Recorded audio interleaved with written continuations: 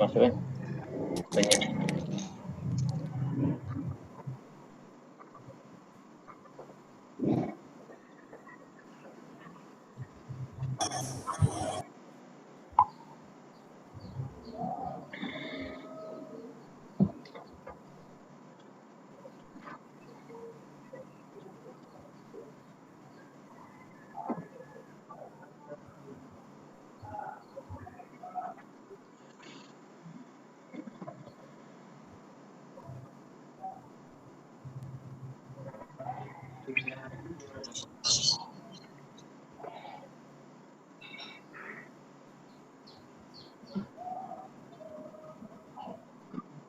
Share di grup FKP.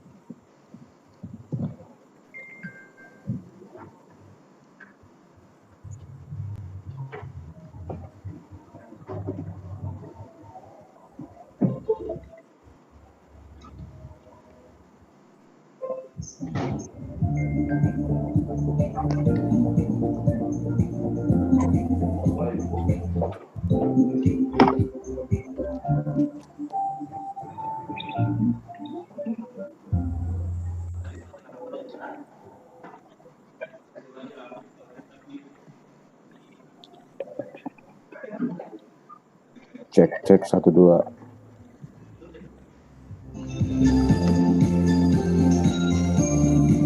Waduh, kita senam nih. Kan yang balen ya.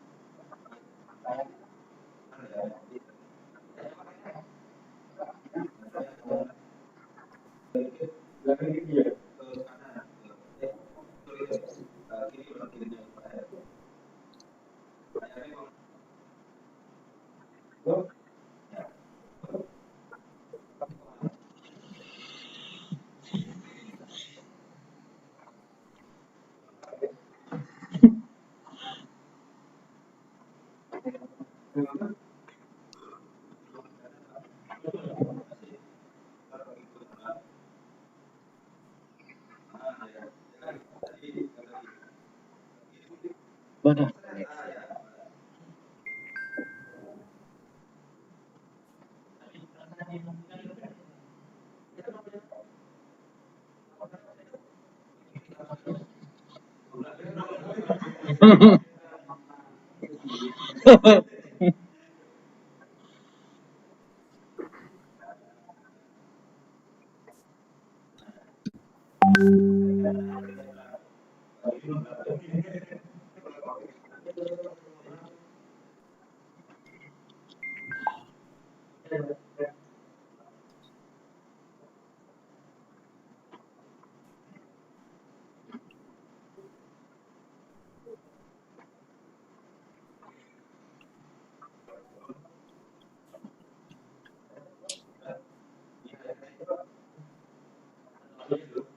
Langsung mulai.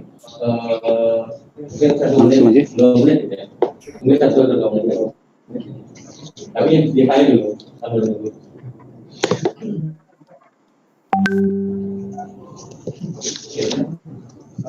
Selamat pagi untuk seluruh peserta webinar JMRT. Kegiatan webinar sebentar lagi akan dimulai. Mungkin sekitar 1 menit lagi kita akan memulai webinar JMRT hari ini. Terima kasih.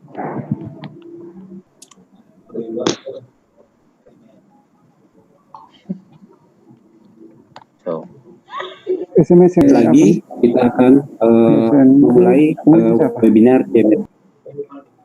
program Polisian belum semua mulai, Pak. Belum punya penguji datang, pembimbing Polisian.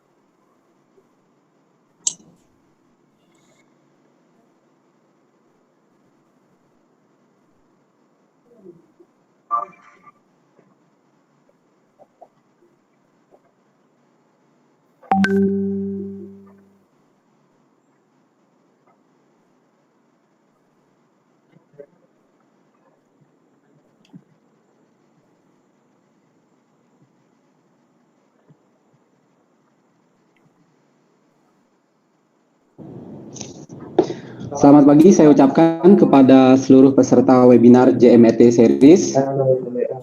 Good morning from Bali. I am very pleased to welcome you all at the second JMRT webinar series entitled Nature-Based Solution for Climate Change Mitigation. Seagrass, their potential. Mungkin Let me introduce myself. My name is Giri. I am the person in charge during this seminar session. And first, I would like to thanks to all participants, the speaker, and all of the Faculty of Marine Science and Grant Series members, particularly to our Dean, Vice Dean, Study Program of Marine Science, and the Center for Remote Sensing and Ocean Science for supporting this event. For this event, we have 4 speakers, and suddenly remind me with my favorite Marvel superhero. Yeah, maybe some of you know that there is a Fantastic Four. So I think we can call the speaker is the Seagrass Fantastic Four. And our speaker comes from several institutions. In Australia, we have Dr. Mike Van Kulen from the Murdoch University. First, I would like to say hello to Dr. Mike. Halo, Dr. Mike. Selamat pagi. Selamat pagi. Okay. And from the eastern part of Indonesia, we have Professor Ricardo F. Tapilatu from the University of Papua. Selamat pagi, Pak Ricardo. Okay, the connection. And in the middle part of Indonesia, we have Ibu Elok Faikoh MSI from the Udayana University. Selamat pagi, Ibu Elok. Selamat pagi, Pak Giri. And finally, the western part is represented by the Coordinating Ministry for Maritime and Investment Affairs, Dr. Andreas Ahuta Hayan. Selamat pagi, Pak Andreas. Selamat pagi. Ya, terima kasih. The number of participants who registered for this webinar was 696 participants from 100, and some of the participants will join us with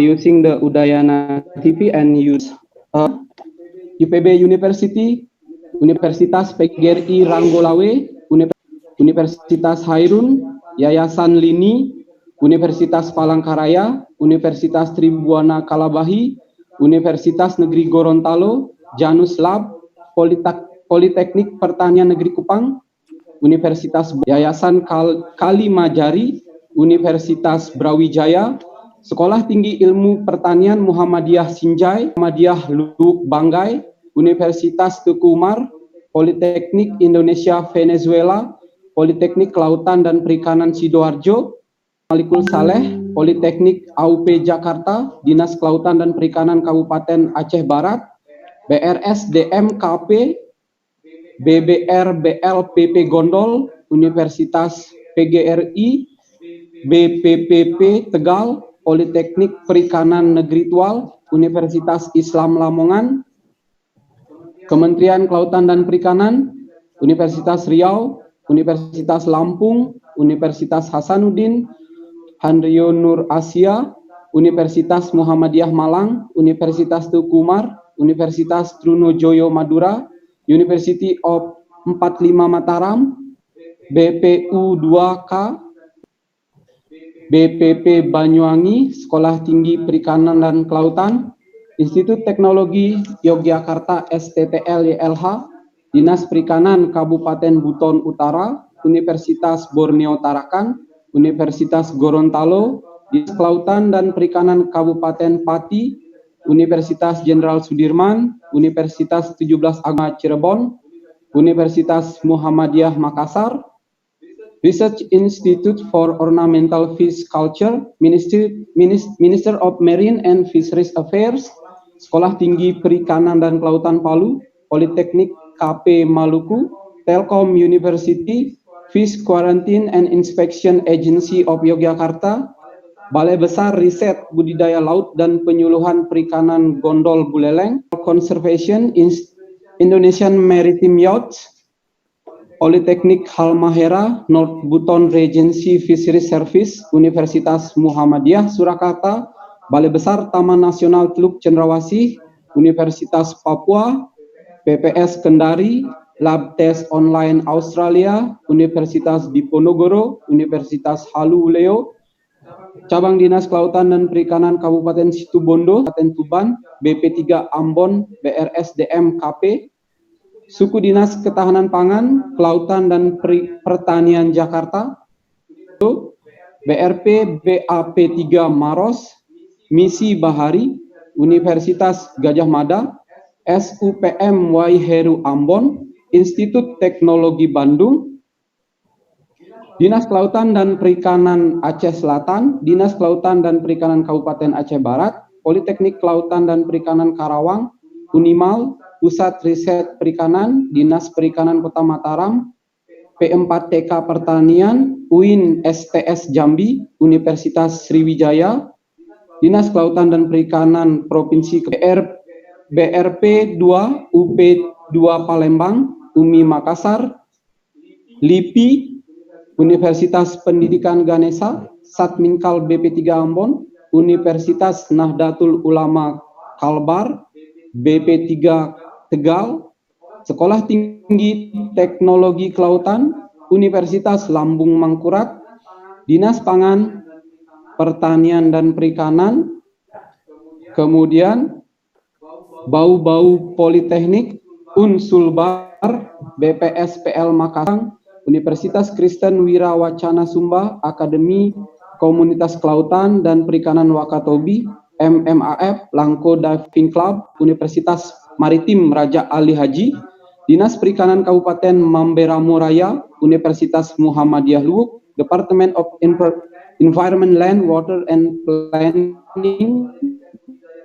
Universitas Mataram, Balai Riset Budidaya Ikan Hias, Politeknik Negeri Nusa Utara, Politeknik Negeri Nusa Utara, Universitas Heina Motemo, BP3 Medan, Politeknik Bau-Bau, Ispikani Kepri, BRP BATPP Bogor, Dinas Kelautan dan Perikanan Kabupaten Bima, Balai Riset Pemulaian Ikan, Institute for Marine Research and for Fisheries Research, Nusa Cendana University, Ministry of Marine Affairs and Fisheries, Fakultas Bioteknologi UKDW Yogyakarta, and so on. And for your information, next issue of our Journal of Marine Research and Technology will schedule you all to submit your manuscript to our journal.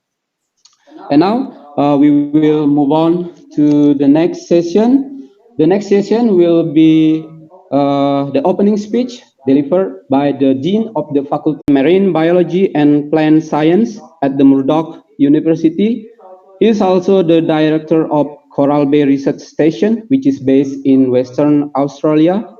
He also has some diving certificates, such as Master Diver and Diver Supervisor, certificate to provide oxygen in dive accident, medical certificate for professional diving, and so on.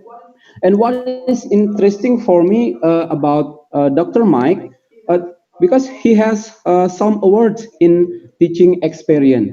So I guess he is one of the most inspiring lecturer at the Murdoch University. And of course, he had a lot of works regarding to seagrass in Australia and around the world that he will share with us today. So please welcome Dr. Mike.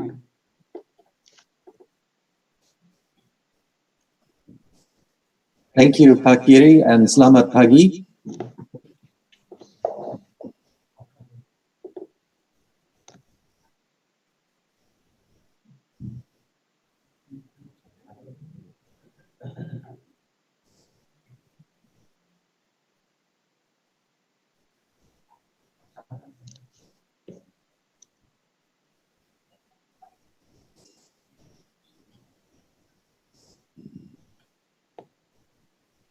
Today I will be talking to you a little bit about what seagrasses are and what the losses of seagrasses have been, their threats, and what we can do in the future. I will be talking a little bit about seagrass restoration, which is how we can help the seagrasses come back where they've been damaged. I will start with a little bit of information about what seagrasses are. Seagrasses are underwater flowering plants, so they have evolved to live in the marine environment. They have adapted to a saltwater environment, and they grow their entire life history completely underwater. They produce flowers underwater, so they are flowering plants like terrestrial plants, but they flower underwater. We have about 72 species of seagrass around the world, and these can be split into tropical species and temperate species. The tropical species are very widespread, and we have many of the same species throughout the Indo-Pacific region, so from Africa across to Southeast Asia. And they also extend north to Southern Asia and also south to parts of Australia. One of the interesting things about the tropical species is that most of the tropical meadows have many different species growing together in them. As you can see in the left-hand photograph here, this is a photograph from seagrass meadow in Bali. There are probably about 8 species of seagrass growing all together in this one meadow. In temperate areas, so where I live in southern Western Australia, we have the right-hand photograph, which is just one species, making a very big meadow of many hectares, but only one species. So that is a big difference between the temperate and seagrass meadow in Bali. There are probably about 8 species of seagrass growing all together in this one meadow. In temperate areas, so where I live in southern Western Australia, we have the right-hand photograph, which is just one species, making a very big meadow of many hectares, but only one species. So that is a big difference between the temperate and seagrass meadow in Bali. There are probably about 8 species of seagrass growing all together in this one meadow. The structure of the seagrass is shown in temperate areas. So important things about seagrass is the rhizome. So they have a rhizome that runs under the photograph, which is an underground stem, just one species under the making a very big meadow every so often we many hectares of leaves only one species.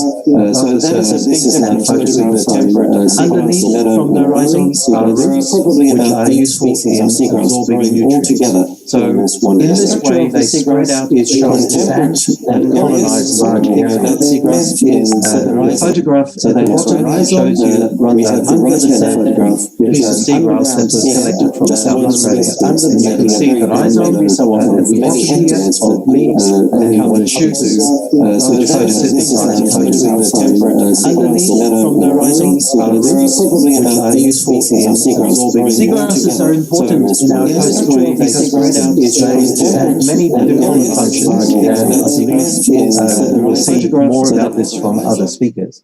But some of the major functions that seagrasses provide, the first thing is seagrass is a complex 3-dimensional habitat. They grow in bare sand, which is flat, and there is no shelter there. So if the seagrass is growing above the sand, we have a complex 3-dimensional habitat, which allows a nursery for young fish. It provides protection from predators and provides a shelter.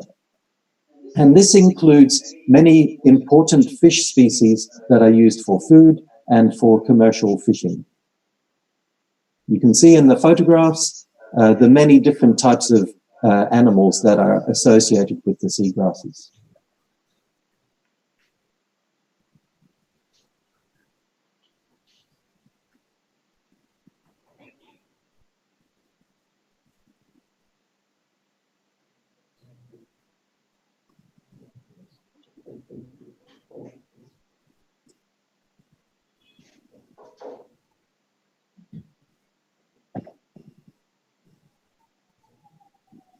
The next role that seagrasses provide is sediment stabilization. The rhizomes anchor the plants in sand, and this photograph here, taken in the Maldives, seagrass have grown from a seed and are spreading out into the bare sand using their rhizomes. So here you can see a rhizome with many shoots coming from it. And this is how they spread out over the surrounding sand. And this helps to stabilize the sediment. It holds the sand in place. The other thing that they do is seagrasses, because they have a 3-dimensional structure, as the water flows into the seagrass meadow, any sediment that is carrying falls out. The water slows down and the sediment falls out. And so we have a buildup of sediment underneath the seagrass. In the photograph on the right, you can see a Posidonia meadow from Perth in Western Australia, which has banks of sediment that have built up. And these banks can be over a meter from the surrounding seabed. It's not just big seagrasses that do this. So here we have an example of small Halophila ovalis, which is very common in Indonesia, doing the same thing. And rising sea levels, we need to have something to hold the coastline in place, and seagrasses help with that. They also contribute to what is called blue carbon. So the rhizomes contain carbohydrates which are locked under the sediment and remove the carbon dioxide from the water column, from the atmosphere, and hold it under the sediment, so helping against climate change. Of course, seagrasses are very productive. They produce a lot of biomass, and grow quite quickly, especially in the tropics. And they are an important food for animals like dugongs and also turtles. But only 20% of the seagrass is eaten. Most of the seagrass leaves become detritus, so they die without being eaten, and they wash up on the beaches, as you can see in these photographs here.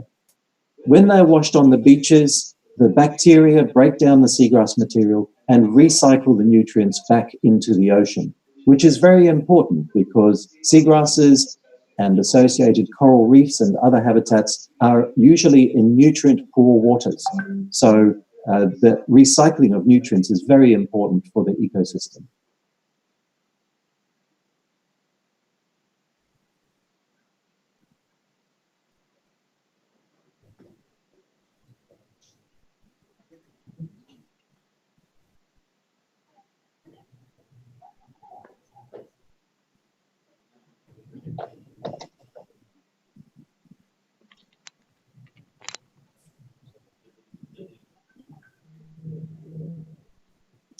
Seagrasses are under threat. They have been declining globally for the past 100 years. So human activity has been causing the loss of seagrass over the last 100 years. In 2009, it was estimated that 29% of the world's seagrass has been lost, and we are currently losing about 7% of the world's seagrass every year. The information that was used to make this report relied on many, many publications, but there are some big knowledge gaps in our publications, and the biggest knowledge gap is for the Indo-Pacific region. So the region that includes the Indian Ocean and the Pacific Ocean. So this is a big gap in our knowledge. And of course, this is an area where we have a lot of seagrass. The most seagrass in the world is in this part of the world. And so it is important to collect extra information about this region so that we have a better understanding of the threats of seagrass and the status of seagrass around the world. So there are many different threats to seagrass. There are some large-scale threats and some smaller-scale threats. The large-scale threats are more difficult to control, but can be controlled. And I'm not talking about climate change here. I'm talking about things that occur at a regional sort of scale. The first of these is land reclamation. This is a Google Earth photograph of Benoa Harbour showing some of the land reclamation that's going on there. And as part of that reclamation, you can see the white areas, which are the sand that's been built up for the harbour development. That has been put on top of seagrass meadows and is removing mangroves and seagrasses from that area. The second major threat to seagrasses is deforestation. So we have deforestation from logging, from agriculture, from creating palm oil plantations and so on. When we do this deforestation, the topsoil of the land is lost and it moves into the rivers, and then the rivers put this sediment into the coastal waters. That creates a lot of turbidity, and therefore it is too dark. There is not enough light for the seagrasses to grow. And so this is a big problem in areas where there is a lot of deforestation. The third big threat that has occurred in the past, but is not so much of a problem now, is something called wasting disease. So this is a disease caused by a slime mold, which kills the seagrass leaves, and the seagrasses die. This was a big problem in the North Atlantic Ocean, so North America and Europe, in the 1930s and a little bit after that. But it now seems that the problems were affecting the seagrass before the disease came in. So things like too many nutrients and also increasing water temperatures may have affected the seagrass and allowed the disease to affect them. The final and biggest problem around the world is eutrophication. So this is where there are too many nutrients in the water, and the algae that are growing around the seagrasses take up the nutrients more quickly and therefore smother the seagrass and stop them from growing. We also have problems with too many nutrients causing plankton blooms, which can also kill the seagrass. So this is actually the biggest cause of seagrass loss around the world, according to the reports that have been published so far.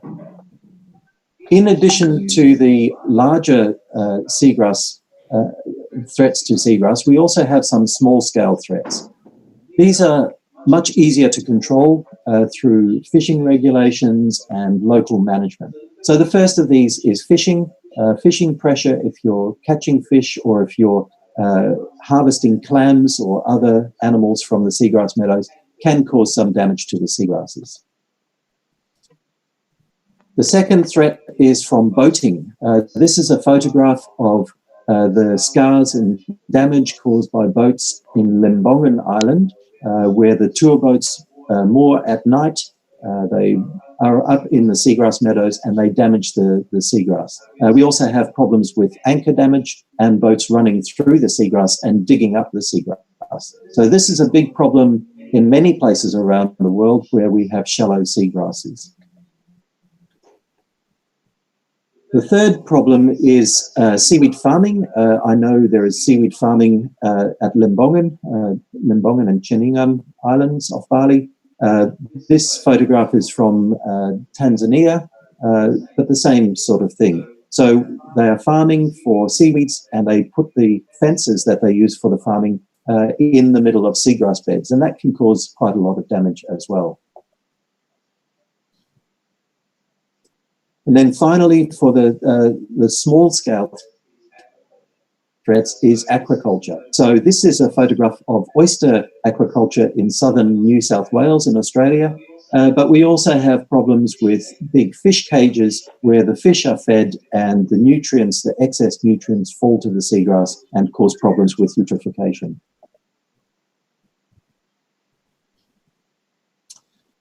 So those are the major problems, but we can do something about them. And I just want to finish this talk with a little bit about seagrass restoration. The first thing to do is to fix the problem that caused the loss of seagrass. Many seagrasses will grow back by themselves without any help from us, but we can help make them grow back faster. So there are many different methods available, and that depends very much on the local conditions, where you're trying to restore the seagrass, and also the species of seagrass that you want to restore.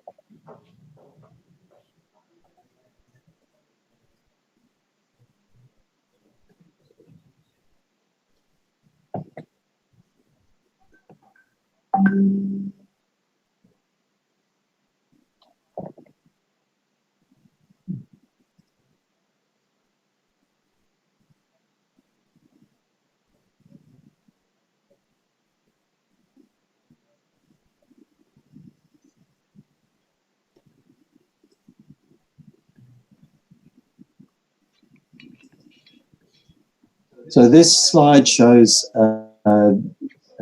some work that we have done in southern Australia, trying to restore seagrasses using manual transplants of pieces of rhizome with leaves on them. And using this method, we transplanted over 3 hectares of seagrass. It takes a lot of people, it takes a lot of work, and obviously, it could potentially be expensive, although we used many, many volunteers to do this work. And we transplanted over 3 hectares, but in the area that we were transplanting, we had already lost over 1,000 hectares. So the scale of this is quite small compared to many of the losses that we experience. But it is effective, and in the next slide, we can see what we can produce after 5 years of growth after transplanting. So we've produced a nice, dense seagrass meadow fairly quickly. If we're working in higher energy, higher wave energy areas, we use larger transplants. And so the example that I've got here is of a core, which we push into the ground. and we dig it up, and we have what is called a plug of seagrass. And this includes the seagrass plants, the rhizomes, and also the sediment surrounding it. And that makes it much stronger and much more resistant to wave energy. The big photograph shows an experiment that we were running in a high wave energy area. And you can see the plants are living quite happily under those conditions. We can expand that further to use mechanical methods as well. So we have produced machines in the past that do the same thing, but bigger blocks. What we're looking at now is using seeds and seedlings to be more efficient at restoring seagrasses around in areas where they've been lost. So this allows us to restore seagrasses in bigger areas and more cheaply and with less people involved than manual transplant methods. So the photograph at the bottom here shows some seagrass restoration in North America, where they're transplanting seeds of Zostera marina, which is their major seagrass there. They produce seeds, and many seagrasses actually produce seeds that fall into the sediment and form what is known as a seed bank, and they grow back from those seeds each year. We can collect those seeds and then spread them into areas that we want to restore. The top two photographs show Halophila ovalis, which is a common tropical seagrass, which also produces these sorts of seeds. And you can see the fruit in the left-hand side inside that circle. In the right-hand photograph is my finger with a dive glove and showing the fruit with the seeds inside it. And the seeds are about 0.5 millimeter in size, so very small, but they can survive for up to 4 years. So that means we have a lot of flexibility in how we can restore seagrass meadows using seeds. The next step is to move from seeds to seedlings. And so what we're working on at the moment in Western Australia is transplanting or restoring seagrass meadows using seedlings. So there are many seagrasses that do not produce seeds that form a seed bank, and instead they keep growing once they've produced a fruit. And here you can see Posidonia australis, which is a common seagrass in Western Australia. The top right photograph shows the seedling. So this is contained inside the fruit. The fruit opens and the seedling drops to the bottom and starts growing straight away. And at the bottom photograph, you can see one of the seedlings with the seed coat still attached to it. We're currently looking at ways of harvesting these seedlings and culturing them on land and then moving them out into the environment. So this, together with the seed bank approach, would allow us to restore larger areas of seagrass much more quickly and gives us much better chance of restoring coastal habitats. That is my last slide. I'll leave it at that and happy to take questions at the end of the talks. Thank you very much. Terimakasih.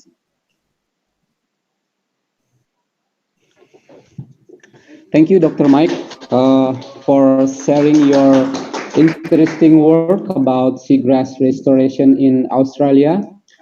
And for the second speaker, we have Dr. Andreas Hutahayan. So Dr. Andreas is currently working as Deputy Director for Marine Conservation and Small Island Utilization at the Coordinating Ministry for Maritime and Investment Affairs, Republic of Indonesia. Dr. Andreas has expertise on marine biogeochemistry of blue carbon and blue economy. He completed his bachelor degree from Department of Marine Science, IFB University. His master degree was from Uni Bremen, Germany in 2002 on marine chemistry, and the PhD degree was from the University of Nagoya, Japan in 2010 on marine biogeochemistry. And now he also a lecturer at Marine Science Postgraduate Program at IFB University.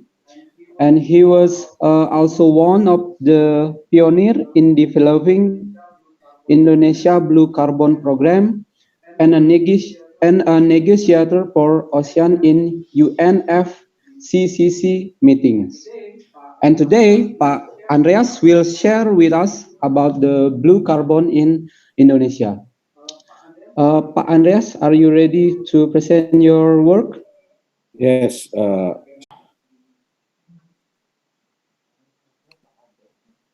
Why here the importance of the coastal marine ecosystem for the climate change mitigation and adaptation? I think we know already that these two different names, we call it adaptation and mitigation. So actually, our coastal ecosystem, like seagrass, is not standalone for mitigation. But before, I think there's many ecosystem services that already do the adaptation for climate change. Something like for food security, already mentioned that how abundant the juvenile of fish in the coastal in the seagrass provide the resilience. I mean, protecting the coastal from the current and so on. And another aspect is the mitigation, like a blue carbon.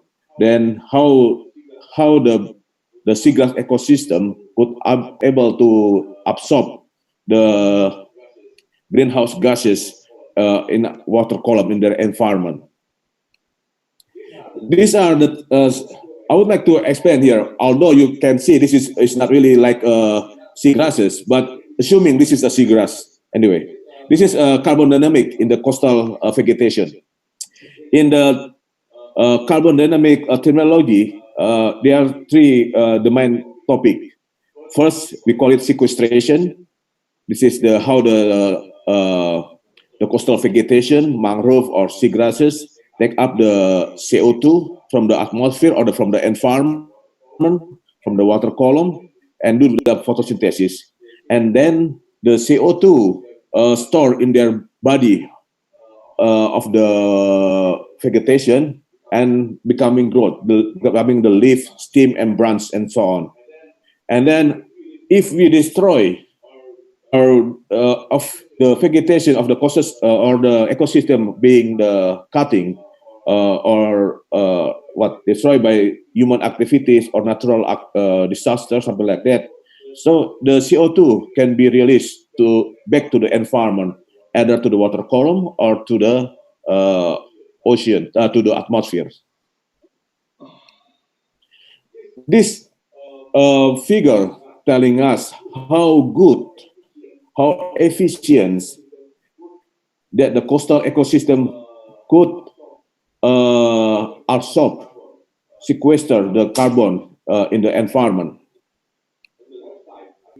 Here, you can see the annual sequestration of the coastal ecosystem, mangrove, tidal marshes, seagrass meadow, in comparison with the terrestrial forest, either in the tropical or in the subtropical or temperate forest. And below is how the burial rate of the seagrass of coastal ecosystem, mangrove, and salt marshes, terrestrial forest. They are very much different. And on the right side, you can see that the ability of our seagrass and mangrove ecosystem could store the CO2 in the water, in the sediment, or in the as biomass in the above ground. So these are two of recent study conducted by Rahayu and Kusumaning Tias about how the role of the seagrass ecosystem and mangrove ecosystem being taken up the CO2 from the environment in Indonesia. And if we are cutting two different previous slides, like follow here, that actually what we see from the surface above the ground, above the below ground, is about only 20 to 30% of the original carbon being absorbed by the the vegetation. So the remaining, the highest things is in the sediment. It's about 70 to 80%.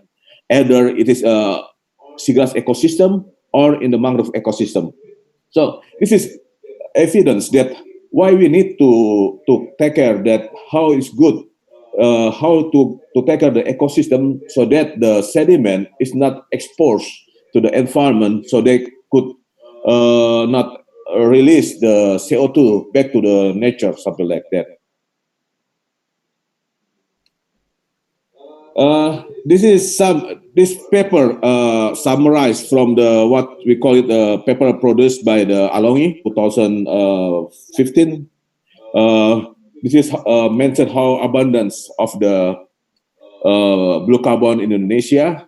So in the left side we can see this is the mangrove ecosystem, and then the ability to store the mangrove on average about 950 megagram carbon per hectare, while on the seagrass ecosystem it's about 119 megagram carbon per hectare being stored in the seagrass. So this number, the seagrass number, are coming from what study had been done by Alongi et al. In 2015. These are some study that Alongi study of the sample are being taken from different area of Indonesia, but it's not many area actually.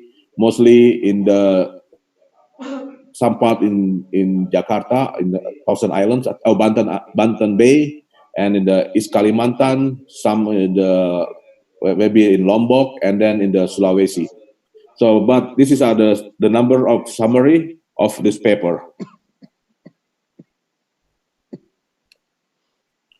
And I would like to share you a bit detail about the seagrass in one of the important area in Indonesia. Is in the Spermonde Archipelago, or we call it Spermonde Island, located in the southern part of Sulawesi. You can see in the below where is the Spermonde Island is located, and we take some experiment in the 4 different islands, small island off of the Sulawesi.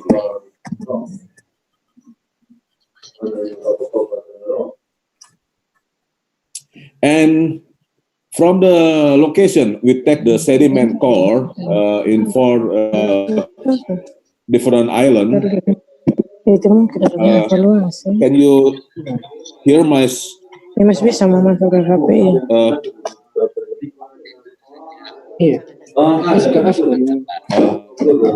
Sorry, Li, bisa dimatiin nggak yang lain?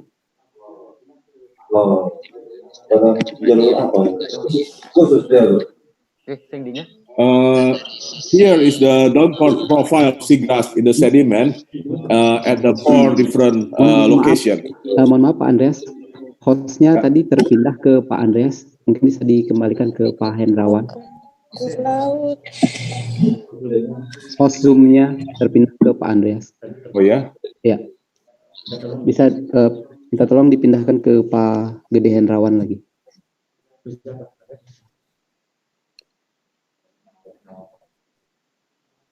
Klik pesertanya, klik partisipannya Pak Andreas. Ya. Klik partisipan.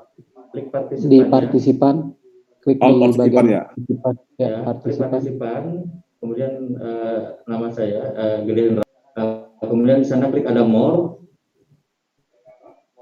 Ada apa? More. Ya. Di sana host. Make host. Ya. Ya. Tadi terklik tadi. Ya, oke. Ya. Oke. Lanjut. Ya, oke. Silakan lanjut Pak Andreas. Okay. These are some downward profile has been taken from 4 different islands that I have previously mentioned. There are Barang Lompok, Kapoposang, Bauluang, Sarapo Keke. So we're taking a profile, but it's not, because of mostly are sand, the sediment are made of the sand, so it's not it's very difficult to have a very good or deep coral what sediment core profile, but the maximum profile is about the 55 centimeter is in Barang Lompo, but other is less than 40 centimeters. We measure the difference of carbon density, percent of the organic carbon, CN ratio, delta C13, and also delta N15 from the sediment in that area. And from this that kind of profile, we could able to trace the sediment, where is actually the organic carbon coming from, using the ratio composition between C13, delta C, carbon C13, and also CN ratio by plotting in the one B plot, something like that. In the left side, you can see that the paper published by Khan 2015. This paper bring information how we could able to trace the source of the carbon or the organic carbon in the different environment. In the left side, we can see that how is the marine phytoplankton source of carbon, and then on the in the y-axis, I think here, how is the fresh water of the carbon in particular in the what we call it in the environment. While in the middle, we can see how is the seagrass mostly or the marine influence of the organic carbon, something like that. So based on this kind of this study, we could try to plot the delta C13 and then CN ratio into the plotting. So in this area, we could able to find that most of the organic carbon in these 4 islands are coming from mostly are from the ocean, and there is very less or very limited influence of the carbon coming from the terrestrial, something like that, either through the runoff or whatever reason. So this is very important when we can trace back what is the source of the sediment organic carbon in this particular area, especially in the small island. And next, you can see also the composition.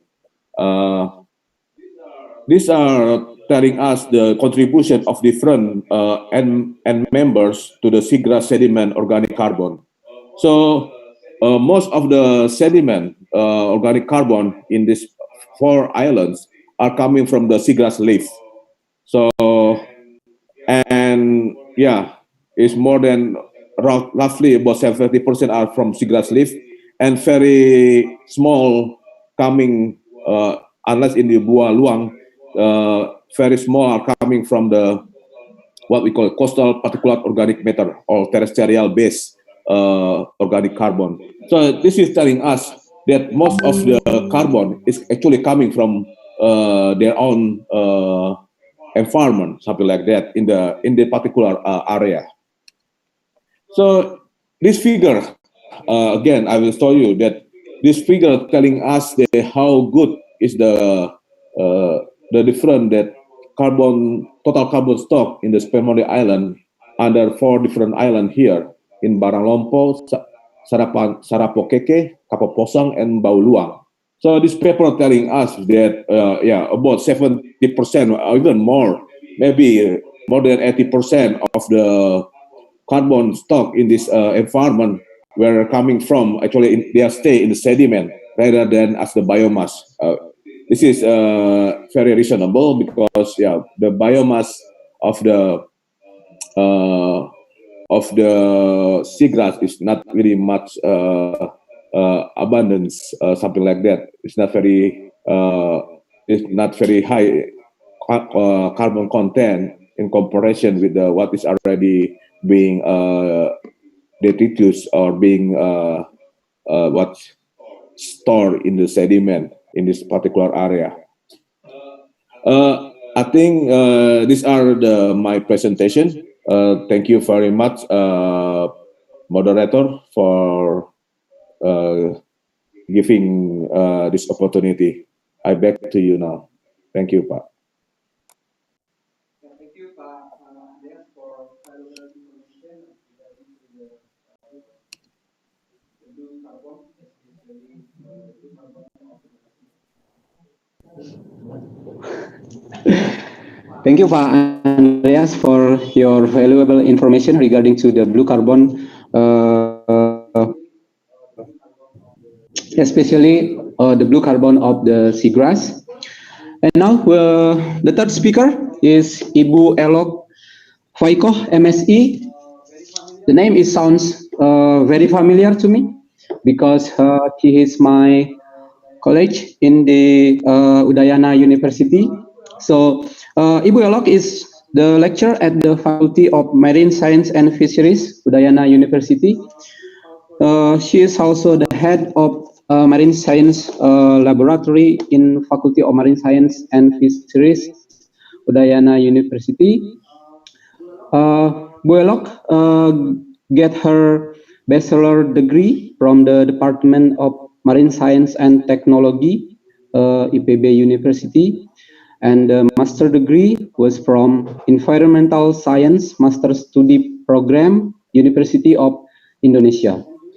And during his career in Udayana University, she has a lot of work regarding the seagrass ecosystem in Bali. And yeah, we have a privilege to hear about her works in this webinar today. So, Bu Elok, are you ready to present your work? Yep. Thank you, Pak Giri.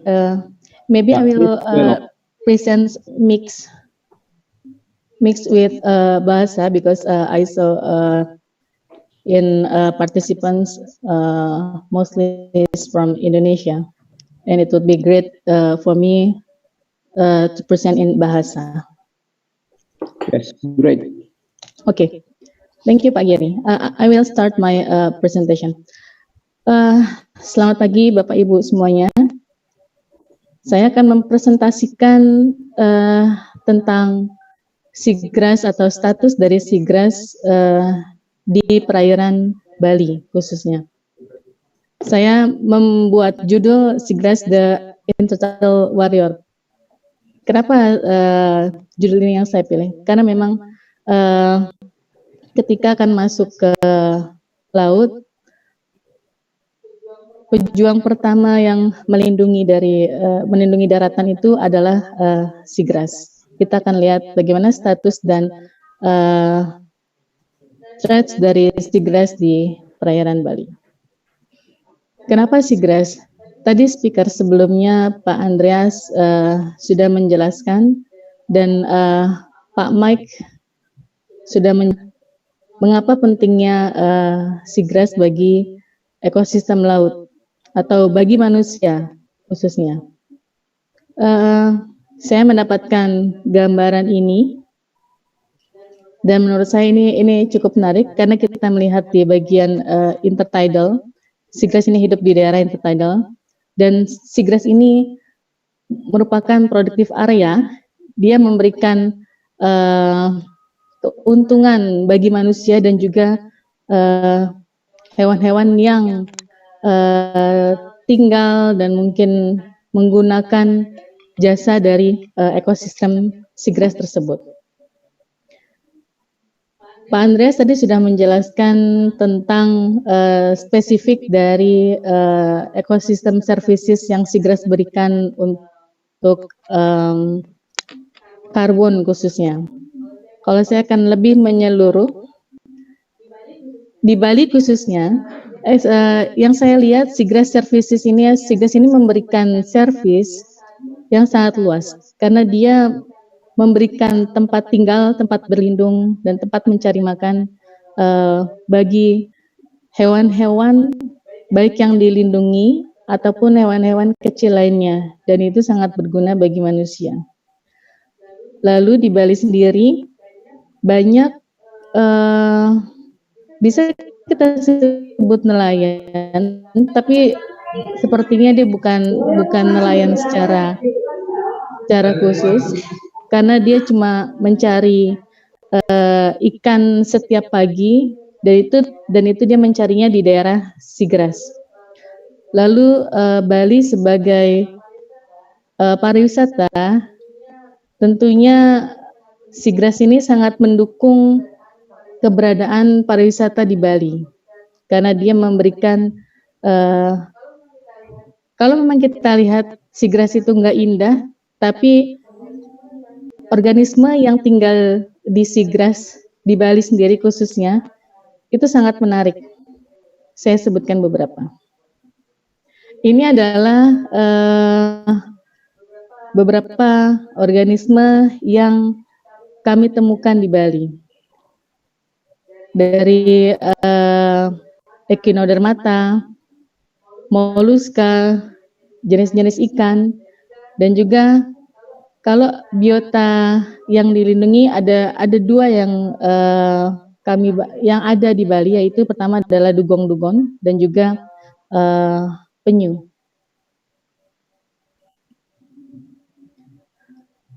Lalu bagaimana distribusi dari Seagrass di Bali?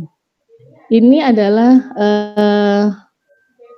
peta keberadaan Seagrass yang ada di Bali. Ini saya lakukan pengambilan datanya selama 2 tahun. Dan dari seluruh pulau Bali,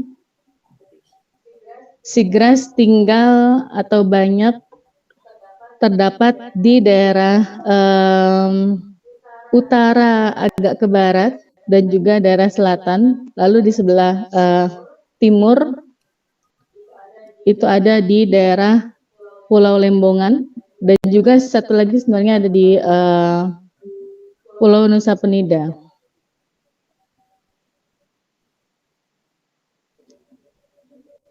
Dan di Bali sendiri, jenis Seagrass kurang lebih saya temukan ada 9 spesies. Dan itu tersebar di beberapa tempat.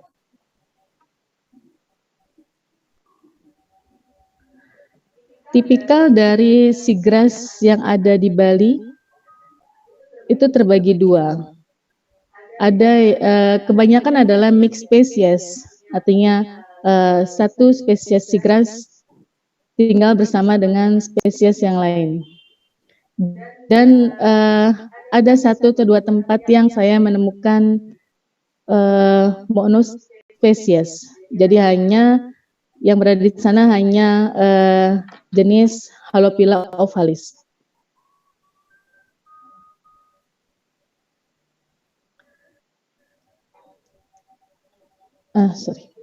Ini adalah Seagrass spesies yang ditemukan di Indonesia, dan di Bali sendiri saya sebutkan tadi ada 9 spesies ditemukan. Di Indonesia ada 16 spesies yang ditemukan. Sebelumnya kita mengetahui Seagrass di Indonesia itu ada 13 spesies. Yang terakhir diberitakan itu adalah Halophila sulawesi. Namun beberapa tahun berikutnya setelah Sulawesi ditemukan, secara genetically spesies yang tadinya tidak terlihat keberadaannya di Indonesia, dia ditemukan atau dia teridentifikasi berada di Indonesia secara DNA, yaitu Halophila beckeri, Halophila Meyer, dan Ruppia maritima. Kalau Ruppia maritima ini Seagrass-nya ada disimpan di LIPI Jakarta. Gambar di sebelah ini adalah gambar-gambar dari Seagrass yang ditemukan di Bali. Uniknya, antara bagian utara dan selatan Bali secara ukuran morfologi ada yang terlihat berbeda. Ini adalah contoh dari Enhalus acorides yang di sebelah kiri saya temukan di daerah utara lebih ke barat. Ini tingginya sekitar, panjangnya sekitar 155 cm lebih. Sedangkan di daerah selatan Bali itu sekitar 60 cm panjangnya.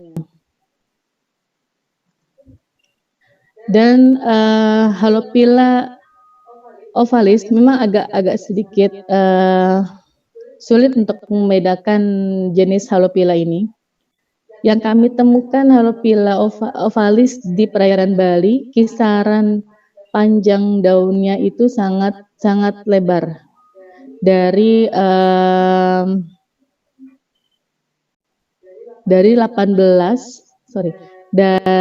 12 sampai sekitar 30 cm.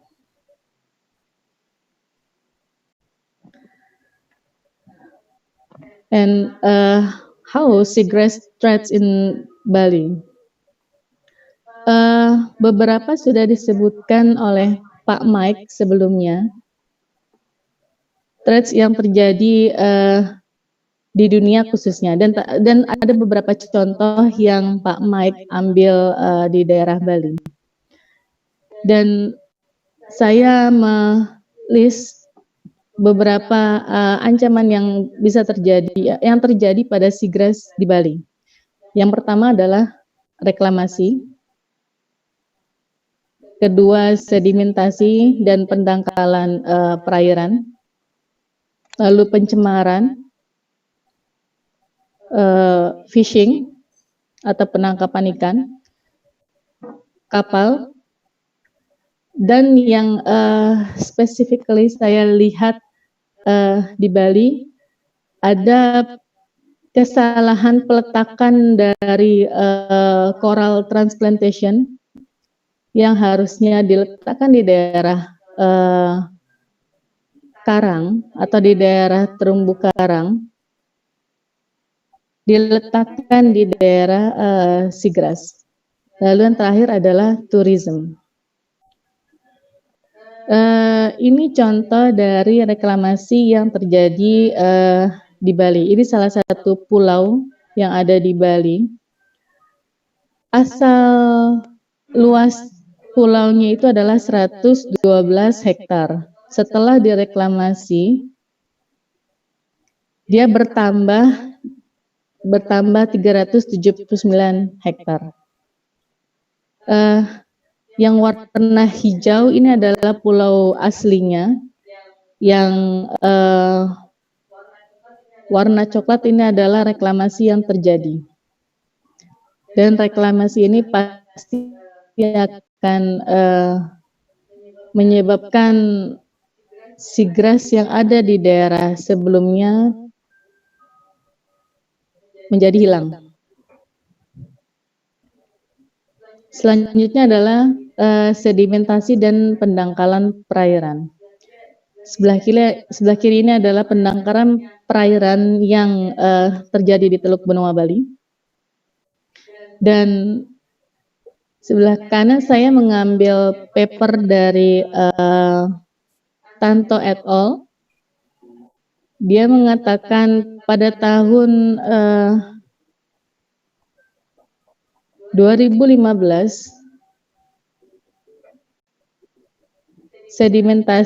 luasan sedimentasi menjadi 1.966 hektar.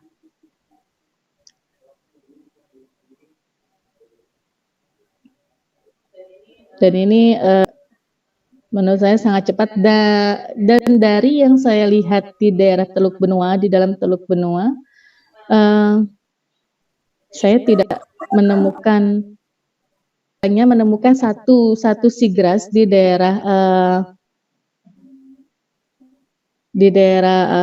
Kelan di sebelah kanan dari Teluk Benua, dan sepanjang ini tidak ditemukan seagrass lagi di sana.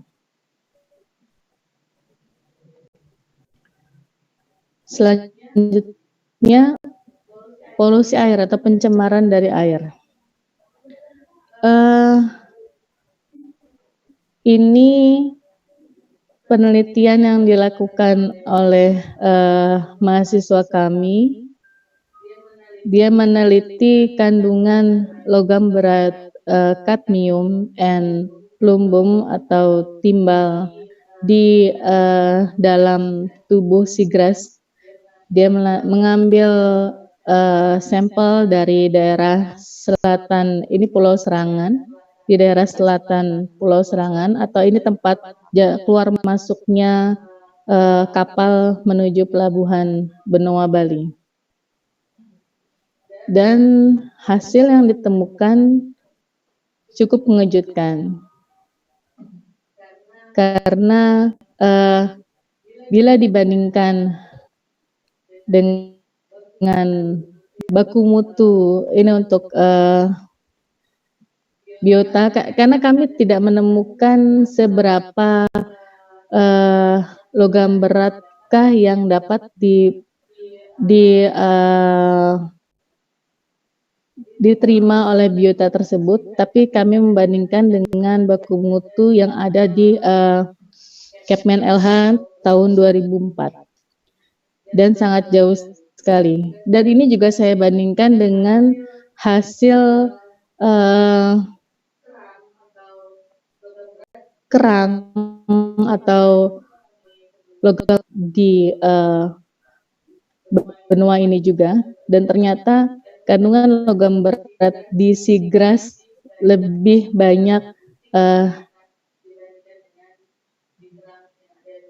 tiga dengan di kerang yang ada di Teluk Benua ini.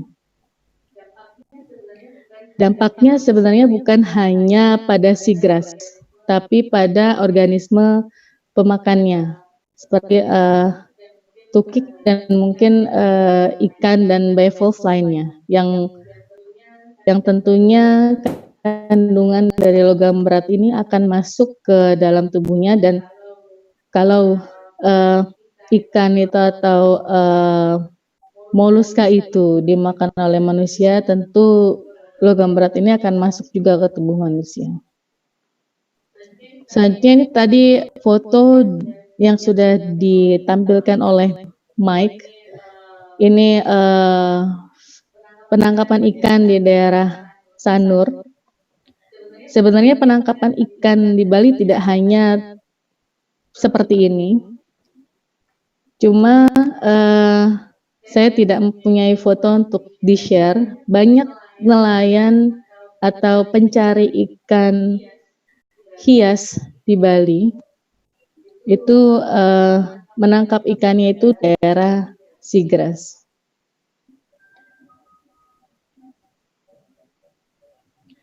Lalu ini juga sudah di-share oleh Mike, akibat dari kapal, dari baling-baling kapal yang terjadi di Lembongan. Ini tadi yang saya sebutkan, peletakan dari meja transplantasi atau melakukan rehabilitasi terumbu karang, tetapi di daerah Seagrass. Gambar di bawah ini hanya sedikit Seagrass yang terlihat. Yang hijau di atas sebelah kanan, ini adalah meja transplant yang ditutupi oleh alga. Keberadaan dari meja transplant di sini, selain dia bisa langsung mematikan dari Seagrass, secara tidak langsung Seagrass yang berada di bawahnya tidak bisa terkena cahaya matahari atau tidak bisa melakukan fotosintesis karena tertutupi oleh meja transplant ini. Ini kami temukan di daerah Uluwatu, Bali. Dan mass tourism sebagai daerah pariwisata. Ini gambaran dari salah satu tempat wisata di daerah Tanjung Benua, Bali, di mana di bawah perahu tersebut itu adalah Seagrass semua. Jadi bisa kita bayangkan betapa terancamnya ekosistem Seagrass yang ada di sana. So, lakukan. Ya, kalau dari saya, saving the earth starts with you, atau dari diri kita sendiri untuk membantu melindungi dari bumi ini dan khususnya ekosistem Seagrass. Terima kasih. Ini presentasi akhir saya. Saya kembalikan ke moderator. Terima kasih Pak Giri. Terima kasih Bu Elok. And now we will move to the last speaker. The fourth speaker will be Professor Ricardo F. Tapilatu. Proprik is a professor in marine biology and conservation at the University of Papua. He is also the head of the Research Center for Pacific Marine Resource at the University of Papua. The Research Center is a state education and research institution that seeks to understand and protect the pristine ocean life of the bird-head seascape through the research and conservation initiative. At the regional scale, Proprik is also a co-regional vice chair for the Australian IUCN Marine Turtle Specialist Group and a member of the IUCN Marine Conservation Committee. And today, Proprik will share with us about the seagrass at the Birdhead Seascape, Papua. Proprik, are you ready to share your works? Yes, I'm ready. Yes, please, Proprik. Good day, everyone. It is my pleasure to give a talk from the most eastern part of Indonesia. So, as you know, I'm Ricardo Tapilatu, or just call me Rick. And today I'm going to talk about seagrass at Birdhead Seascape, Papua. And my talk touches the aspect about the biodiversity, the roles and threats locally here in Papua. How to move.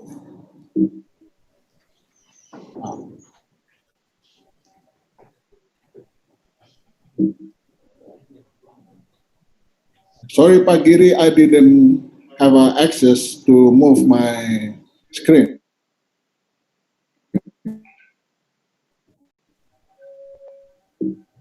Oh.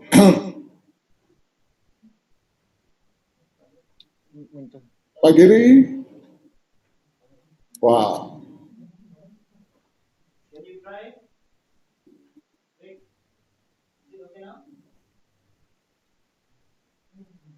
Please give me access to control. You can try now, Rick? Yes. Yep. Is it okay? Yep. Okay. Go on. Yep.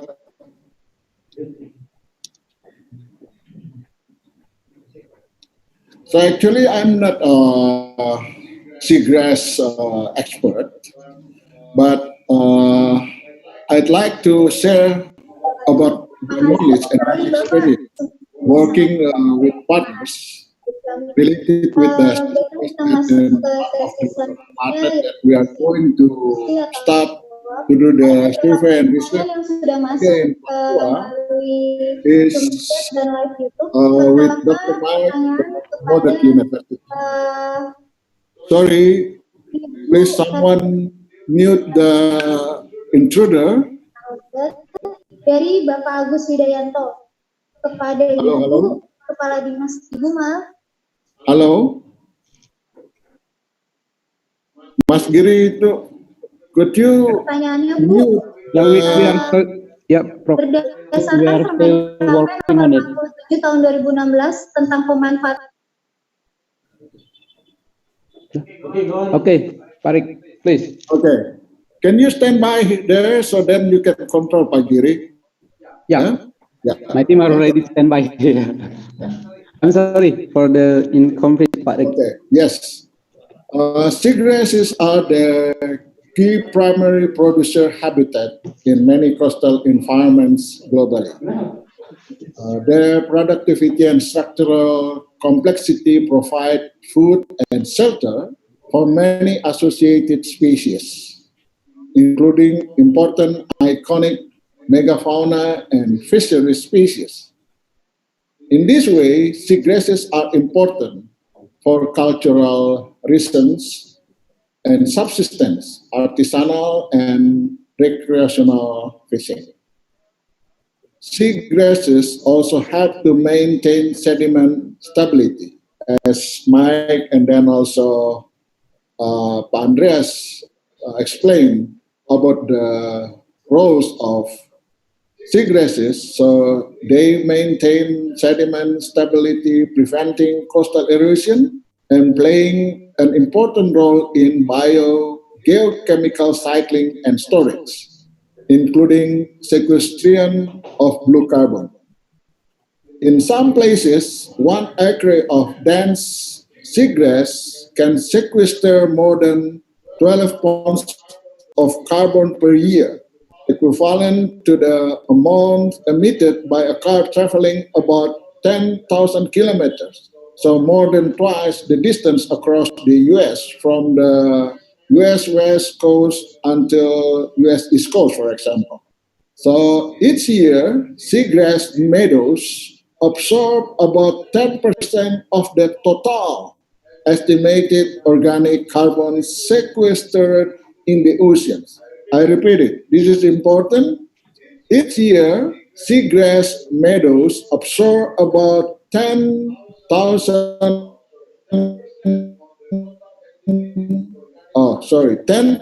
carbon sequestered in the oceans, as we saw in presentations of Andreas. So, same slide with Andreas about the distribution of seagrasses around the world. We are in the center of the global biodiversity of seagrasses because we are located in a coral triangle, and we have so many diverse seagrasses. But as you can see, the next slide, please.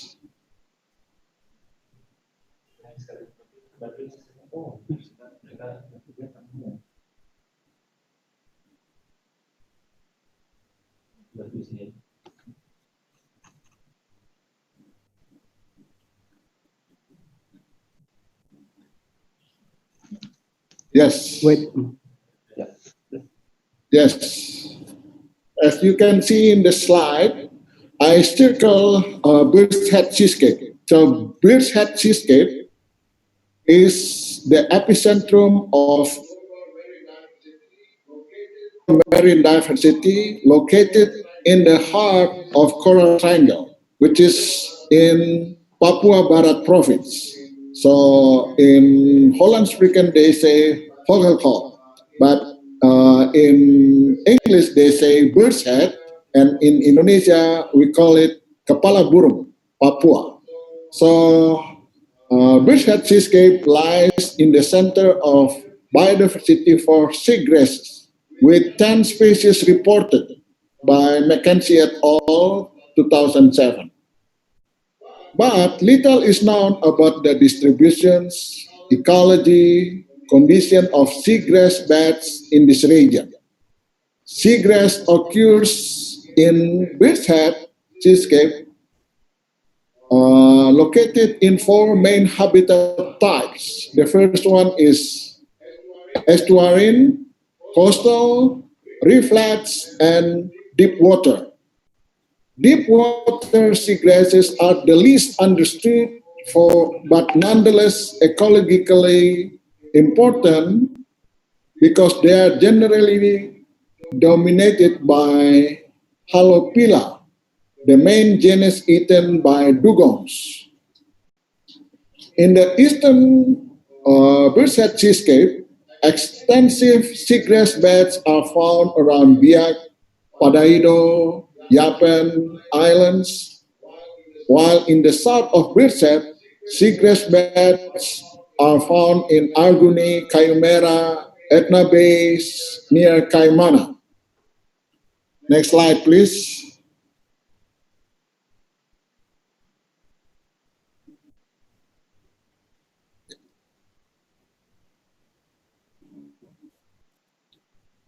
Seagrass beds are important habitat for rabbitfish or Siganidae, an important subsistence and small-scale commercial fishery for local communities. The associated animal species are important to local communities as a source of food, and the ecosystem support a range of endangered or vulnerable megafauna such as sea turtles and dugongs. So over recent decades, considerable research has gone into developing techniques to reduce the loss of seagrass. Mike mentions about his experience and service in Australia, and to restore areas that had been damaged in Australia, in Western Australia. So learning from this, most of this research has been undertaken in developed countries like Australia and then US, with the seagrass resources of developing countries such as Indonesia often being unreported and poorly surveyed. But here in this slide, you can see LIPI, the Research Center for Oceanography, started the survey in Raja Ampat. They assessed the seagrass in north of Sulawesi, Salawati. So there are four main big islands in Raja Ampat. So they survey north of Salawati and then eastern part of Batanta Islands and several in West. Pertanyaan dari Pak Agung. Next slide, please.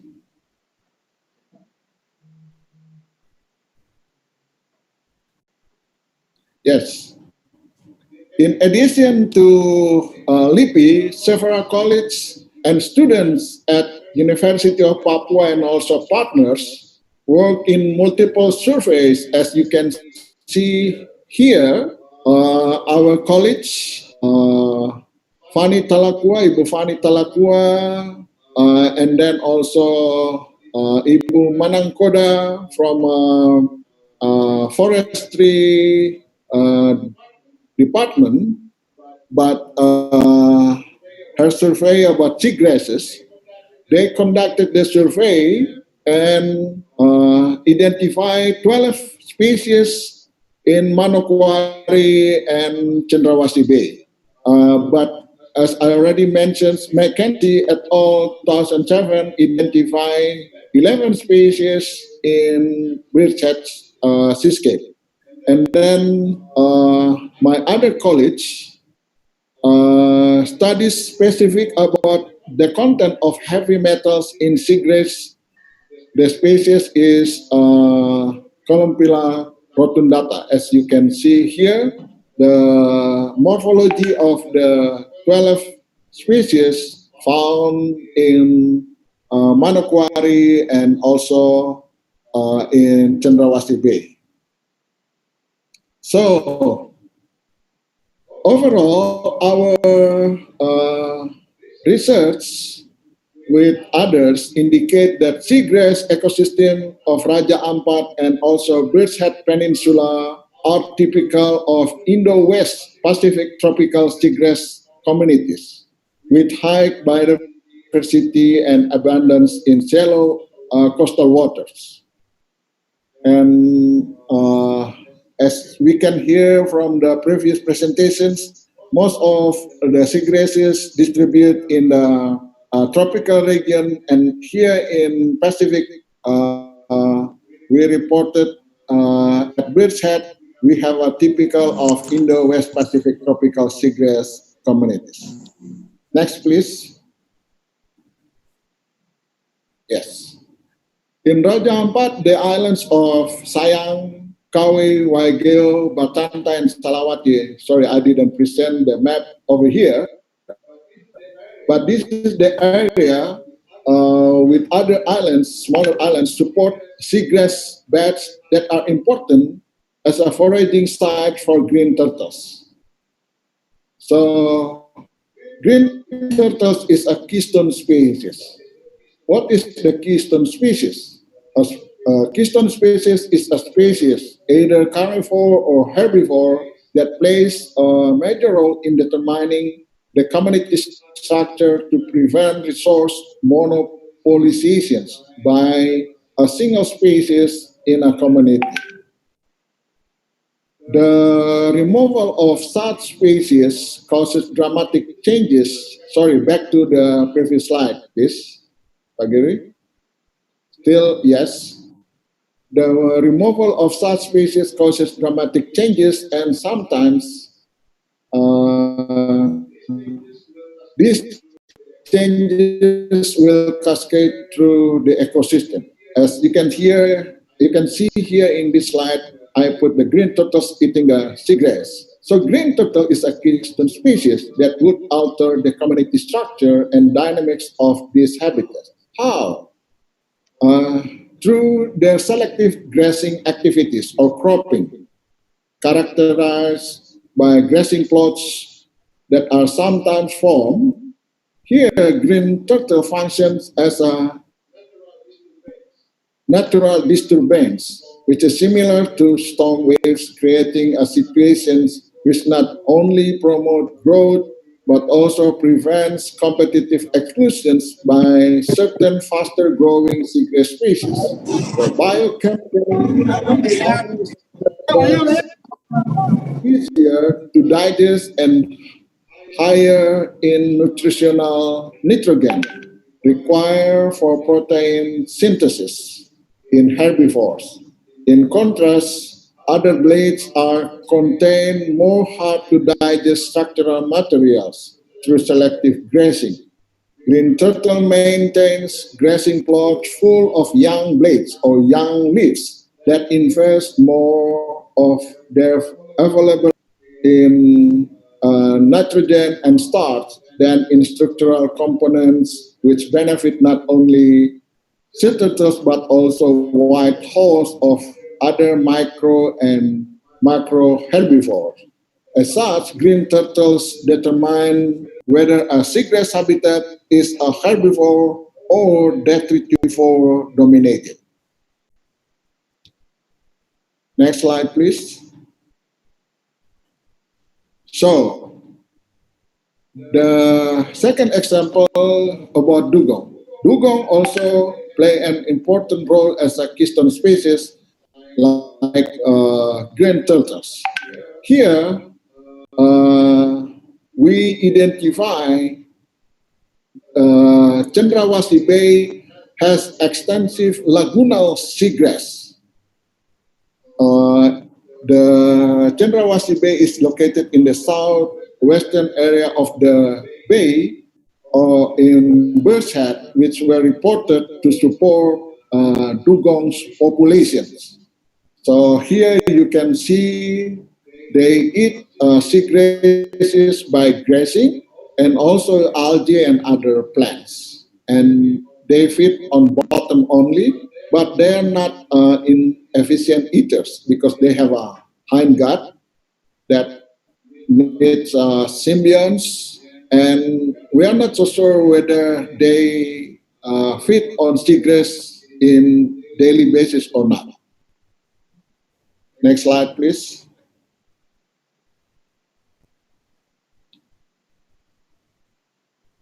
So what is the threats impacting the seagrass in this seascape?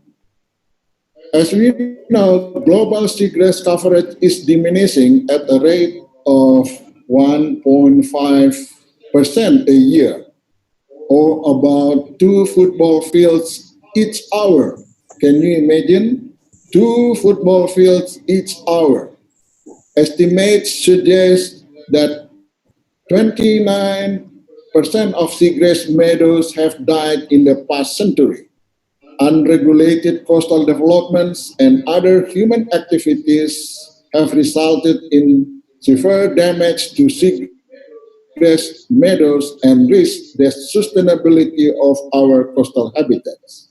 Several risks were identified or observed here at Peseta for impacting the coastal seagrass ecosystem, in particular coastal developments. For example, road constructions. As you know, the central government is developing the Trans-Papua Road to connect between the most western part of Papua to the most eastern part of Papua. And then other coastal developments such as reclamation and deforestation. All these have resulted in increased coastal turbidity, as you can see here in my slides, because of the road developments that causing the turbidity and sedimentation from runoff, as well as reclamations of shallow coastal habitats that smoother seagrass beds, resulting in localized loss of seagrass habitat.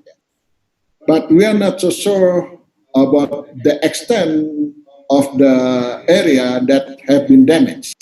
This may have a significant socioeconomic impact for coastal villages that rely on seagrass meadows as a source of food. As I mentioned before, the seagrass meadows is a habitat for herbivores and for fishery. So all the threats will impact not only the habitat ecologically, but also economically for the coastal communities.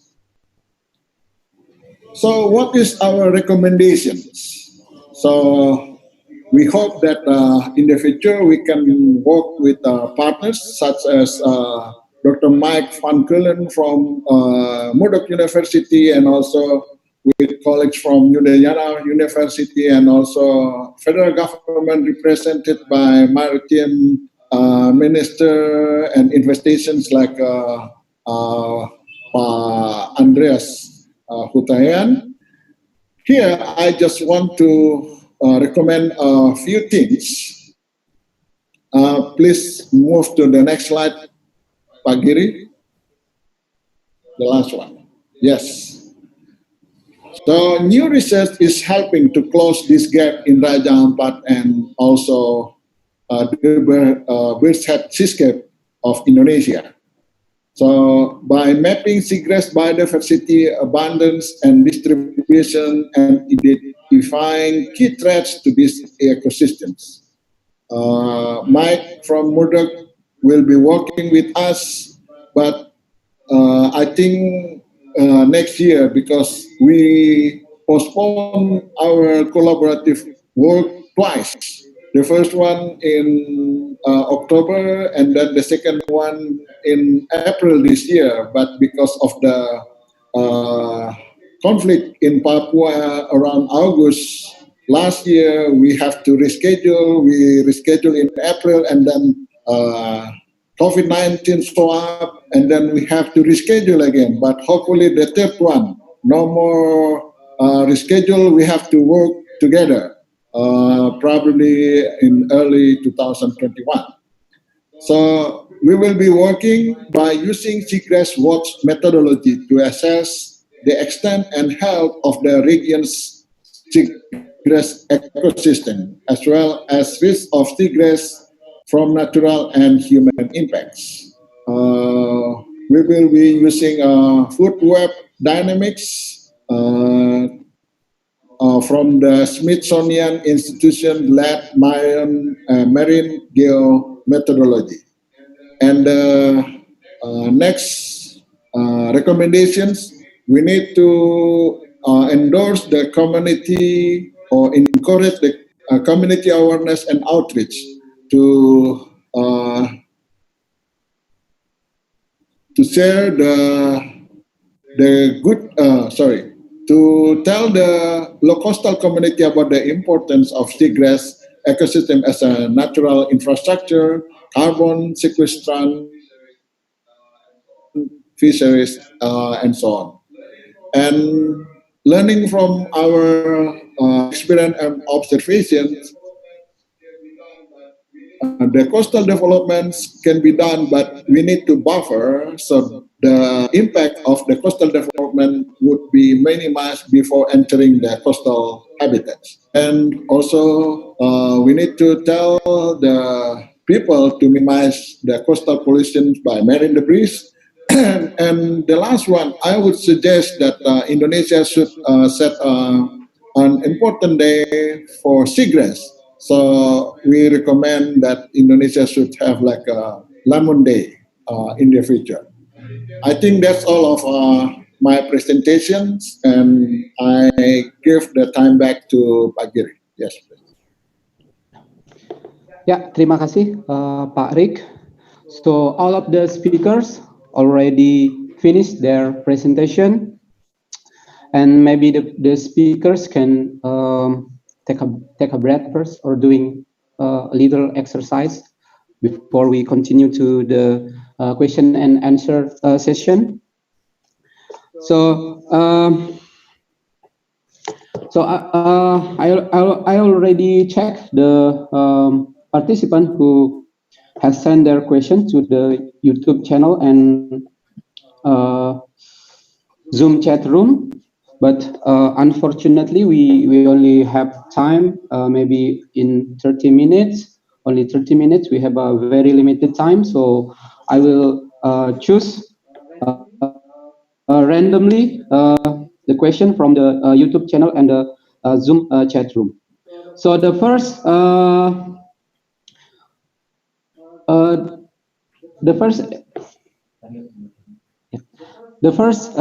item will be given to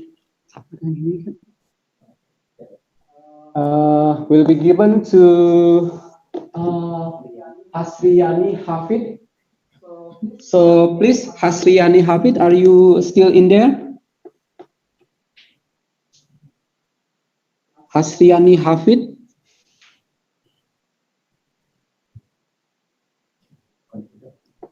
Okay, we move to another participant. Hayati Suprapto. Please, Hayati Suprapto, mention your question directly to the speaker. Halo, Hayati Suprapto.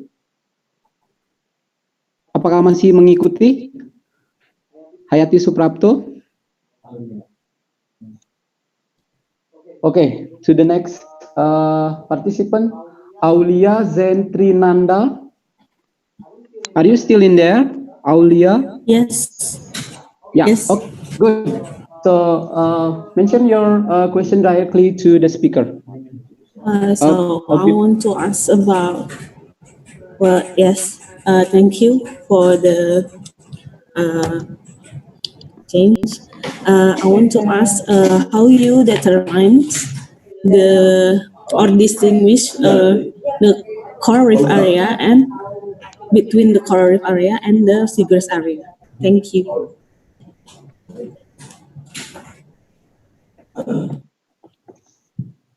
So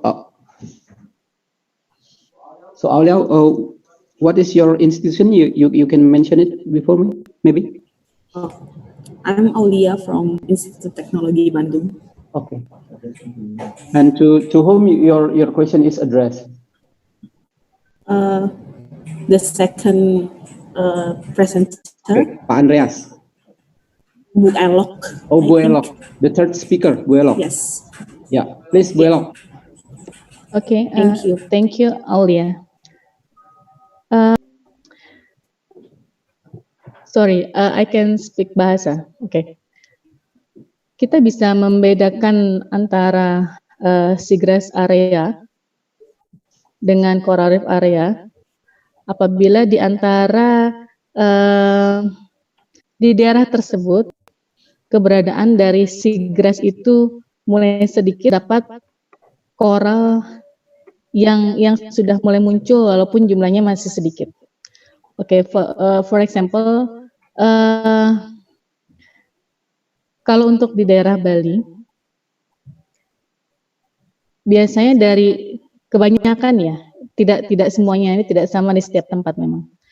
Dari pantai itu sudah mulai muncul seagrass, kurang lebih ke arah laut itu sekitar 150 meter.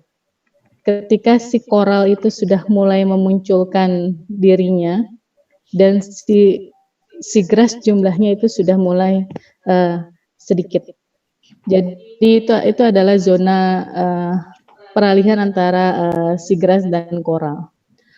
Kalau tadi yang saya sebutkan peletakan transplant koral yang harusnya di tempat koral, karena itu telah kami survei, sebenarnya itu adalah video yang kami buat. Peletakannya itu memang jelas masih di daerah seagrass area. We cannot find any coral in that area. So karena itu kami di tim kami mengatakan memang itu salah penempatan untuk transplantasi koralnya. Mungkin itu yang bisa saya jawab. Terima kasih Pak Giri. For the next question is from Febrian Korwa. Febri Ferdian Korwa, are you still in there? Febri? Yes, I'm here. Yeah, okay. Please mention your question. Before that, you can mention your institution. And the question is addressed for whom? For who? Okay, yes, please. Baik, yang saya ingin tanyakan kepada Bapak Andreas terkait dengan stok karbon yang terdapat pada setiap tipe sedimen seperti lumpur, pasir, dan pecahan karang. Apakah stok karbonnya sama atau berbeda? Kalau berbeda, faktor apa saja yang menyebabkan sehingga stok karbonnya berbeda pada berbagai tipe sedimen? Terima kasih. Ya. Mohon maaf, saya potong. Untuk asal institusinya, Bapak Feldi, dari institusi mana? I'm from University of Papua. Oke. Please Pak Andreas. Feldi, muridnya Pak Rik ya? Iya. Jadi begini, tadi di awal tadi saya sudah mengatakan bahwa blue carbon itu adalah karbon yang diserap melalui proses fotosintesis oleh vegetasi yang ada di ekosistem pesisir. Apakah seagrass, mangrove, phytoplankton, atau padang atau yang lainnya seperti ada juga seaweed dan sebagainya. Nah, di pantai di kawasan pesisir ada berbagai bentuk substrat. Tadi yang dikatakan tadi oleh Feldi ya, ada dari ada yang lumpur, ada yang pasir dominan, ada yang koral. Nah, tentu saja kandungannya ini berbeda. Karena apa? Karena vegetasi yang tumbuh juga di situ juga berbeda-beda dan baik jumlah, intensitas maupun abundance-nya. Seperti contoh, misalnya di daerah yang berlumpur, itu kita ada koral, ada tanaman mangrove. Tentu saja kandungan karbonnya lebih besar dibanding di daerah pasir yang notabene misalnya Seagrass ada di sana. Karena memang jarang mangrove ada di pasir ya, tapi memang 1-2 ada aja gitu ya. Apalagi di coral reef kan itu kalsium karbonat. Kalsium karbonat itu adalah antozoa, binatang. Jadi coral reef itu binatang, dia tidak melakukan fotosintesis, justru melakukan respirasi. Sama kayak kita merespirasi, menghirup oksigen yang diambil melalui mutual simbiosis antara coral reef dan zooxanthella. Jadi zooxanthella yang menghasilkan fotosintesis, menyerap CO2 dan merilis O2. Dan kemudian O2 diambil oleh antozoa, si polip koral ini untuk tumbuhannya. Dan ketika dia mati gitu, dia akan menjadi ya udah kalsium karbonat. Ini beda lagi prosesnya, bukan dalam hal ini karbon stoknya pasti akan sangat rendah di daerah terumbu karang. Itu yang pertama. Itu jika kita mengkategorikan bahwa sumber karbon itu adalah dari ekosistem itu sendiri atau yang sering disebut autotonus. Tetapi jika karbon itu berasal dari luar, seperti ada pengaruh dari sungai atau river runoff, tentu saja daerah berlumpur cenderung organik karbonnya lebih tinggi. Kenapa? Karena emang dari banyak aktivitas manusia yang ada di sekitar situ, seperti di daerah mangrove, itu lebih banyak aktivitas manusia dibanding dengan di daerah Seagrass misalnya. Ada river runoff membawa partikel organik karbon ke daerah ekosistem mangrove. Nah itu perbedaannya. Jadi yang Feldi bilang tadi ya benar, itu beda antara karbon yang ada di ekosistem lumpur, Seagrass juga ada di ekosistem lumpur, atau yang ada di ekosistem pasir dan ada yang di ekosistem terumbu karang. Seperti itu. Menjawab Feldi ya.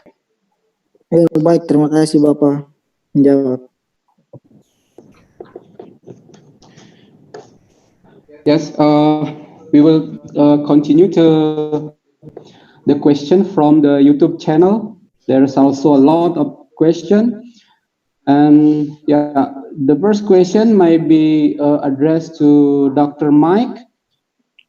The participant who asked this question is Nur Samsi. He asked about how long that we need to doing the transplantation, and when the transplantation is we call it a success. That was the question. So it depends. Thank you for the question. The amount of transplantation depends on the area that has been damaged. If you plant seagrass maybe 0.5 meter or 1 meter apart, they will grow together. And so you don't need to transplant every few centimeters. You can plant spread apart and then they will grow together. So that makes it easier, but many of the areas where we have lost seagrass are hundreds of hectares, and it takes a lot of effort to transplant a small area. So that is why we are looking at seeds and seedlings and not necessarily transplanting just small pieces. For understanding how long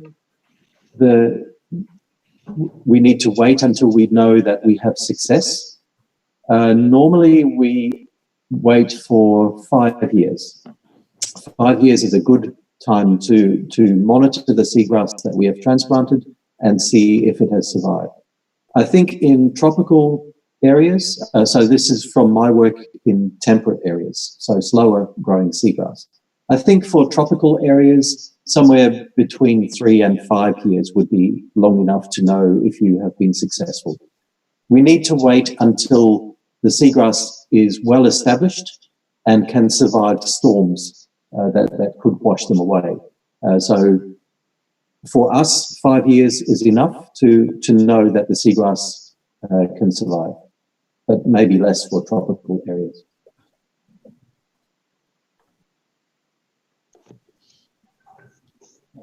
Yeah, thank you, Dr. Mike. And the next question, I think it is an interesting question from Fahri Ramadian. So Fahri asks if all the ecosystem, mangrove, coral reefs, and seagrass is damaged, which one is will be the priority for the restoration?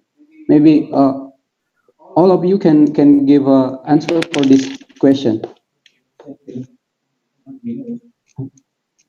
So maybe Pak Rick can give explanation about this question.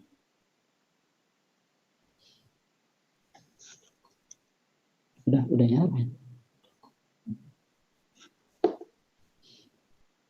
Saya ulangi lagi, apabila semua ekosistem di pesisir mengalami kerusakan, mangrove, terumbu karang, dan seagrass, sebaiknya ekosistem mana yang harus didahulukan untuk dilakukan restorasi? Mungkin Pak Rick bisa memberi jawaban atas pertanyaan ini.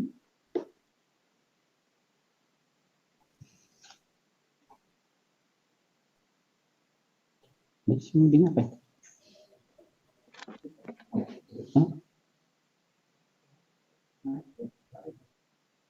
Halo Mike, can you hear me? Yeah, sure. Pak Rick? Pak Rick, are you still in there? Yes. Sorry. I'm still unmuting my phone. Yeah. Okay, please, Pak Rick. This is three important habitats or ecosystem. They are connected to each other. So in this case, I think we should do the conservation or rehabilitation simultaneously, not a priority for like a coral reef or for mangrove or for seagrasses, because in coastal habitats, in some of the a few parts of the coastal habitats, they always have three ecosystems. So in this case, if they all damaged, we need to work simultaneously. So we need to deploy volunteers to work for the coral restorations, and then also for seagrass restorations and mangrove ecosystems. If we just prioritize only for one ecosystem, probably it would be too late for us to work. So I guess we need to check the historical configurations of the habitat. If there were three habitats in that site, so we need to work simultaneously. I guess that's all from my experience.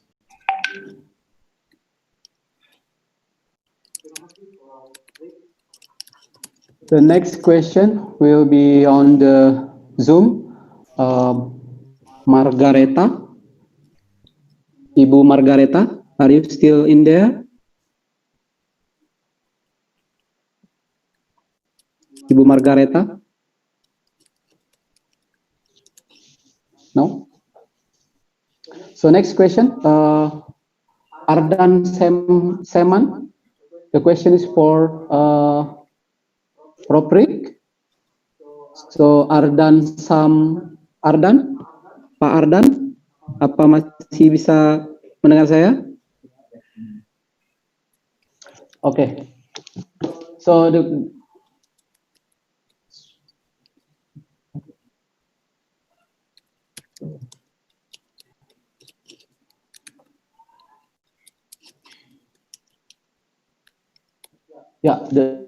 question is for Professor Proprik. So what is the effect of global warming on change in standing crop and change in the morphology of seagrass?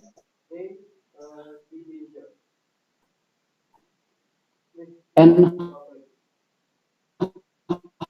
how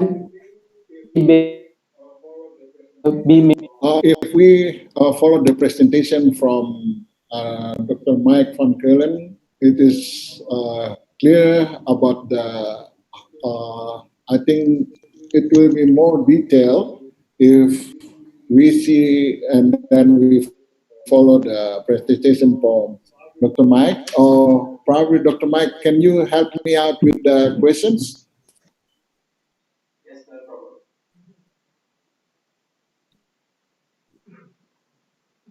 Yes, no problem.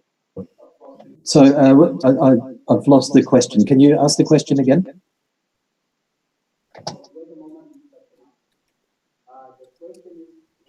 The effect of the global warming on change of in standing crop and change in the morphology of seagrass, and how can they be measured? Okay, so what we're finding so far is that global warming doesn't have a big effect on seagrass. So far, the seagrasses have not reached a critical temperature like we see with corals. So seagrasses at the moment are looking okay for temperature. We have had some cases in Western Australia where we had a very strong marine heat wave that caused some of the seagrass to become very stressed and die in places like Shark Bay. But I think that is unusual, and it was in combination with other factors. So there was flooding and a lot of turbidity. So the seagrass was stressed by many different things together. Morphology, I haven't seen any changes in morphology either so far. The major problem that we anticipate for seagrasses under global climate change is where we have sea level rise, and as the sea level rises, there is no habitat for the seagrass to move into. If we have small sea level rise and there is enough habitat for the seagrass to grow into, that's okay. But if there is nowhere for the seagrass to go to grow next, then that becomes a problem, and so we could lose seagrass. What we are expecting is that at this stage, what we are expecting is that as we lose seagrass, there will be other places where seagrass will be able to grow. And I think that will be particularly the case in the tropical regions where the seagrass grows quite quickly and can take advantage of new opportunities.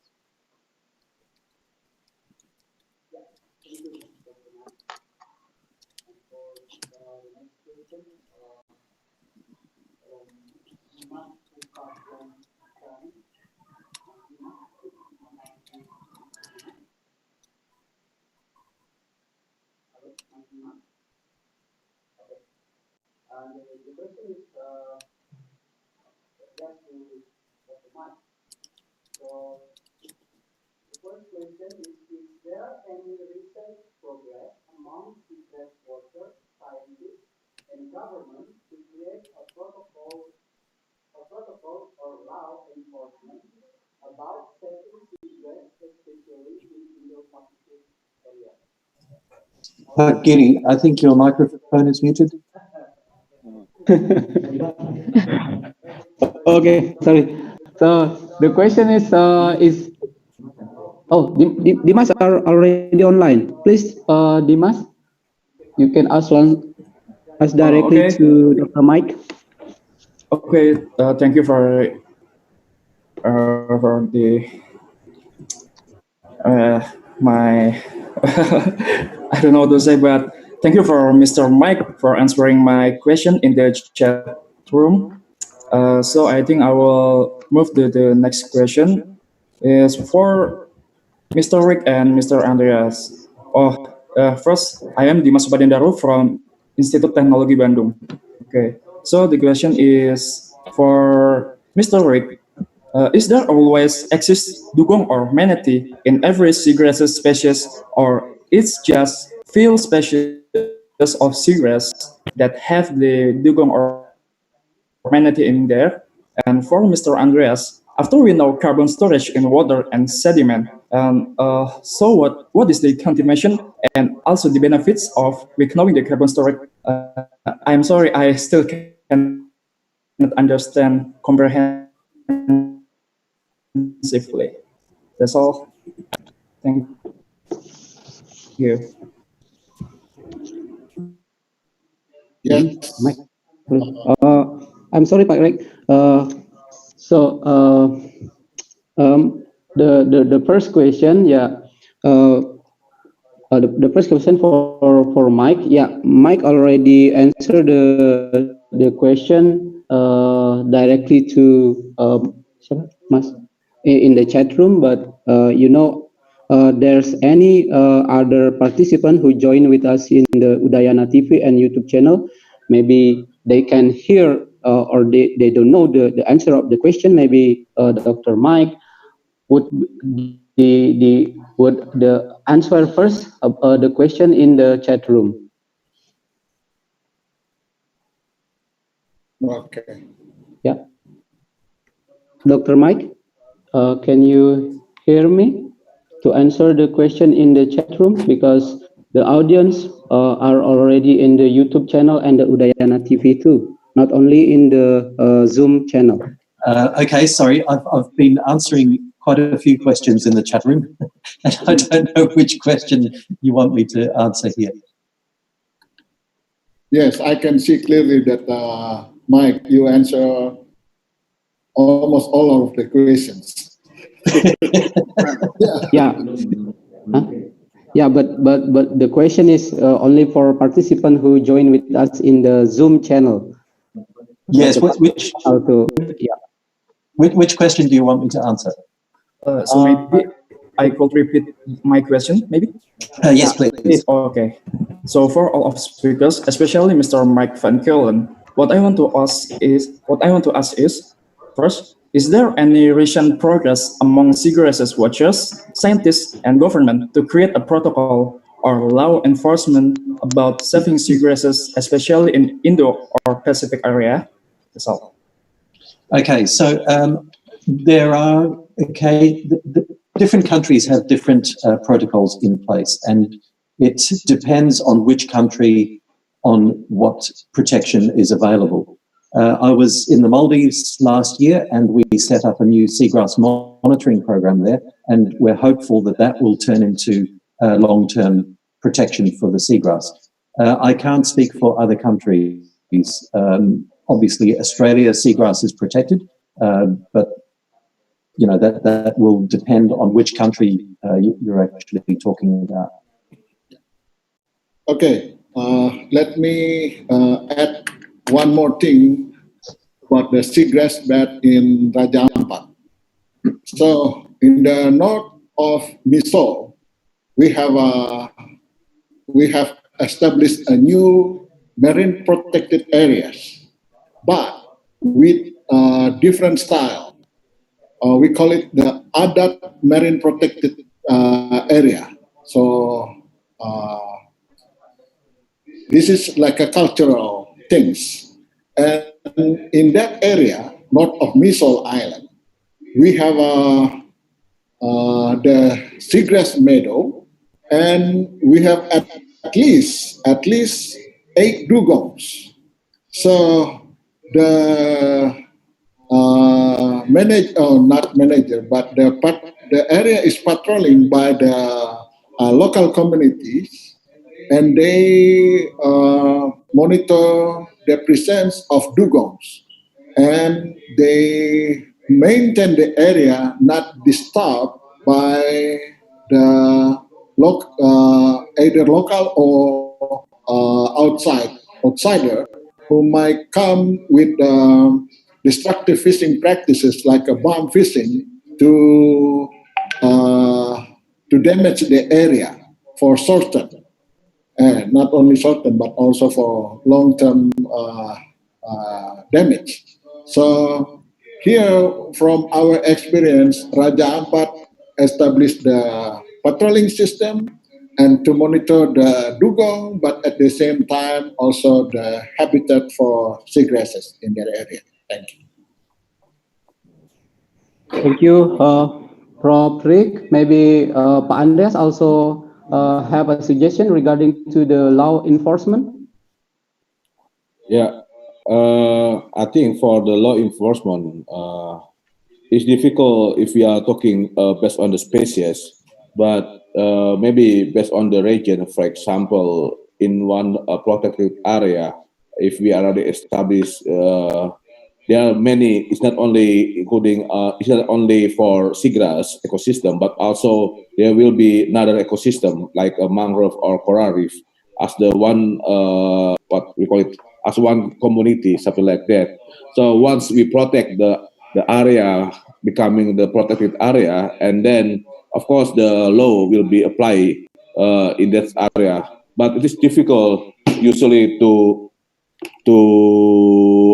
apply a specific law only for seagrasses.